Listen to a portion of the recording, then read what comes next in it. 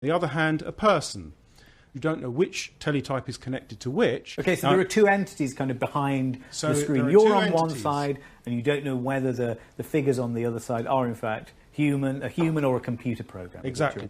And according to Turing's test, if you cannot tell which is connected to which, through asking lots of questions, then the machine passes the Turing test. Well, let's try and imagine her in the situation of the Turing test. And I want to bring in the audience here. What kind of things would you expect her to volunteer from behind that screen that would convince me, that I had to treat her just the same as my other children? Sir? I would ask her if there are any girls or boys in the class that she has certain affections for, because I think that's a fundamental part of being human. And if she was a robot, how would she have those basic, early, prepubescent sexual feelings towards other humans if she's not a human being herself? So some kind of emotional capacity, then. Sexual emotion. Okay. I'm now so conflicted I couldn't tell you. Yes, who's knocking that? Where's that coming from? Over there in the corner. Can we get the mic over there? Well, one thing that's really unique to humans is irony, sarcasm and laughter. So you'd want to look for evidence of her ability to understand that and to laugh at it as well. Sarcasm, that's something that most human children can master, isn't it? Anybody else? What should I be listening for in this test? Yes? I would ask her, what does it feel like to be you? Sir? What does it feel like to be you? I try to imagine asking that of my 13-year-old son. And I imagine I would get something like, I don't know. Or, at the very best, I can imagine it would be, what's it to do with you? And does that convince you he's a vessel containing consciousness? Not in itself, no. No, I'm definitely working on some other clues. OK. Any more suggestions about... Yes? I just think we maybe think about, if we're going through this list, it's going to go on forever. Perhaps it's the other way around. It's what we attribute, not necessarily what is within the entity itself. And just out of interest, there is actually an annual competition, I think you're probably aware of this, with AI. And actually, none of the computers have passed it, but some humans have failed. OK, well, as we seem to be discovering here, human consciousness might be a more subtle and variegated thing than many think. I want you now to meet Robin Stewart, who's here with me. Robin, could you introduce yourself and tell everybody why you are here? Hello, I'm Robin Stewart. I have Asperger's syndrome, which is a form of autism, and I work in various different capacities, but mostly with people on the autistic spectrum. Some of the points that the audience discussed around what makes somebody conscious, some of them might not apply to people on the autistic spectrum. Lots of people on the autistic spectrum find it very difficult to understand sarcasm, difficult to identify sexual feelings, difficult to build relationships with people. 1 in 100 people are on the autistic spectrum, but that doesn't mean that we're not conscious. What's the difference between the way that you experience consciousness and the way in which what's normally called the neurotypical person experiences it? I think it's different to neurotypical people because I may not be able to articulate my emotions in the same way, and also because I use cognitive theory of mind. So theory of mind is one's ability to put oneself in other people's shoes, and I can't intuitively do that, so I've learnt to do that. What difference does that make, do you think? Neurotypical people often think within context. So if you're in a particular situation and you're having a conversation with somebody, then the context to a certain extent dictates how one would speak to others and what types of topics would be acceptable and the type of language that one would use and perhaps a type of accent. However, if you don't have that information, then that can mean that you say inappropriate things, and that can cause offence and people can misunderstand why you may have said those things. When the Turing test is done at scientific conferences, we've already heard this alluded to, they sometimes hand out an award for what's called the most human, the human participant who's been judged the least computer-like in their responses. They tend to be people who are very agile with metaphor, with illusion, with imagery, with some of the things that you've just described, really. I mean, what do you make of that sort of emphasis when making a judgment like that? I don't think really that you can use that as a judgment of how human somebody is. Where did that come from? Yes, over there. I think that the problem that we find with the Turing test is just that a lot of the stuff that we consider to be important in defining consciousness, it doesn't reveal very much about what consciousness is. It just reveals what our prejudices are. So the Turing test is just a map of our prejudices then?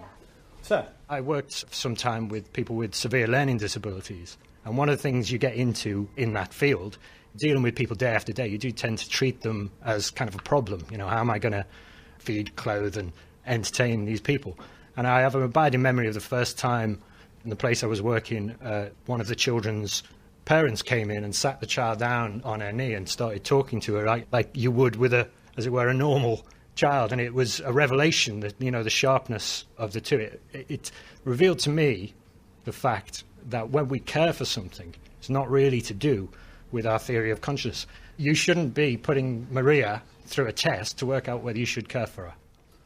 I suspect that we're going to actually find the situation wherever we set the test, there are either going to be always people that will fail or always robots or automatons or artificial intelligences that will pass. And we're going to have to accept that there's going to be a fudge. Emotional responses, Blade Runner, of course, the classic tests, you know, the iris, pupil dilation, that can be an easily programmed response. I think wherever we set it, without saying, yeah, I know because I made you, therefore I know that you're a synthetic creature, I think we're always going to have to accept a grey fudge.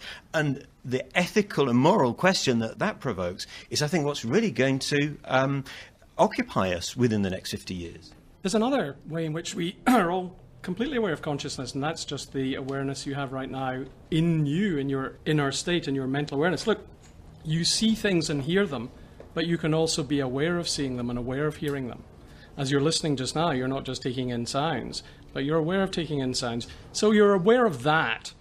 And the trouble is, how do we reconcile that, which is known to us immediately, without any inference, experientially, with the understanding of how other people are conscious when they're looking at mere behavior? Now, I think we do treat people as though they're conscious, and we don't want such a separation between being conscious and it exhibiting itself in things you do. I can see from your faces, I think, that you're conscious. But there's still a gap between that and actually knowing. If it is impossible to find out whether someone's conscious, like by an external means, you might just find yourself asking about the risk. Like, you might just think, well, is there a problem if I, like, kick Maria and she feels pain? Maybe that's the most important thing. And if I can't find out whether she'll feel pain or not, maybe I should just act as if she would. In medical cases, we have this problem all the time. The anaesthetist gives you a muscle relaxant and you can't move, but they want to know if you're really unconscious, not just whether you can't move and are suffering the pain and not able to say or do anything about it. OK, I want to bring in somebody who has some clinical experience of these issues and introduce you to the neuroscientist Parashkev Natchev from the University College London. Surely this is something that you have to deal with every day. How does one detect the presence of consciousness? Well, the criteria that we use in practice currently are all what we see. They're clinical, as we call them. They're behavioural, they're the report of the patient in front of us. We do not currently have any tests that allow us to say this person is or is not conscious. That's not possible. It's something that people are working on, but at present we can't do it. From your viewpoint, Parashkev, what is human consciousness in the clinic, as it were? Well, I think the difficulty is trying to look for consciousness as some kind of special ingredient that a human being has and other things don't have. And the reality is that is not how we actually come to apply the term or to come to a conclusion about whether or not we should apply the term in any specific case. We've been talking about the Turing test as if it's some kind of objective test. It isn't. It's one person judging whether another person is like a person. It's one person talking to another. And that is exactly what we do when we interact with people. We come to a decision about what is the powers that they have, cognitive, emotional, etc. And that is the criterion that we use. Yes, can we get the mic? I was just going to say, for all the dissatisfaction expressed with the Turing test, that is essentially the same way we would determine a diagnosis of antisocial personality disorder or any other form of mental disorder for that matter. It's multiple subjective judgments of a person based usually on a questionnaire. And so if that's not an acceptable way to determine consciousness, and if that is not an acceptable way, therefore, to judge whether we should treat somebody in a moral or ethical way, well, then we have the exact same problem with most kinds of mental disorder. What I want to know is consciousness some kind of test of moral worth, of moral value? If we sense that this being has some kind of subjectivity, if we know that to be like Maria is to be like something, how does that affect her moral status? I still want to know, can I switch her off with a clear conscience? If you can switch her back on, then that's perfectly fine. It's fine then, Parashka, if I can just do this guiltlessly. As I say, I think when we look at someone, we have no idea what they're really like underneath. And in fact, if we look at individual people, the brains of each individual person is very different from another. The way that they're organized actually at the low level is completely different. You couldn't actually come up with a structural criterion to say this is definitely a human being at the level at which the functionality is actually implemented within the brain. So we're not a distinct structural kind at the computational level that actually matters for what we do, is what I would argue. You could tell whether we were macaques or human brains. Well, I hope, or else I don't want to come to you as a doctor. Of course we can. Okay, but point coming from the back here. I just wonder whether a moral sense can be built into a computer. Let's use the word conscience, right and wrong. Let's throw a few of those into the discussion. How much can a machine have moral awareness? You could have moral rules which Murray's machine could follow.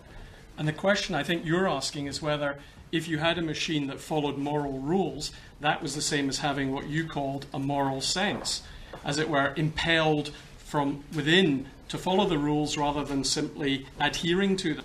But if they can take and give moral reasons, then why not treat them as if they're moral creatures? Psychopaths can take and give moral reasons. I don't think I want to treat them in the same way. But we do, routinely, as you know. I don't. So how would you treat them? What would you do with psychopaths? Would you say, I'm sorry, you're actually a machine? And I would be very, very careful.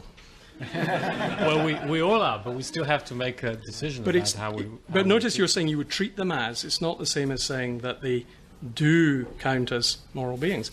We treat them that way. Well, this is our as-if question again, isn't it? What's the difference between a being that behaves as if it has a consciousness and one that does have one? Well, so what's the difference between a creature who's got morals and one who doesn't? Psychopaths can learn that it's in their interest to follow moral rules that society gives them. They can realise if they want certain consequences to avoid being imprisoned and so on, they should do it. We're still slightly uneasy. We say they're behaving morally, but we kind of think there's a difference because they're not feeling the moral pull. So if we thought that Maria had a moral sense, then we could put Maria on trial. But remember, people used to put pigs and sheep on trial in the medieval period because they thought they had run over a child or disrupted, somebody's business. I don't think it's just having conscious. What would be the philosopher's objection to that? I think we don't think that just because you're conscious, that guarantees that you have got the ability to discern the difference between right and wrong, or you can be prosecuted for having the intention to commit a morally wrong act. The pig isn't committing a morally wrong act. The question is, can Maria commit a morally wrong act? Time has been called, which means that we'll shortly be applying ourselves to that time-honoured philosophical question, haven't we got homes to go to? Before that, I want to go round the pub simply to take a vote on this, actually.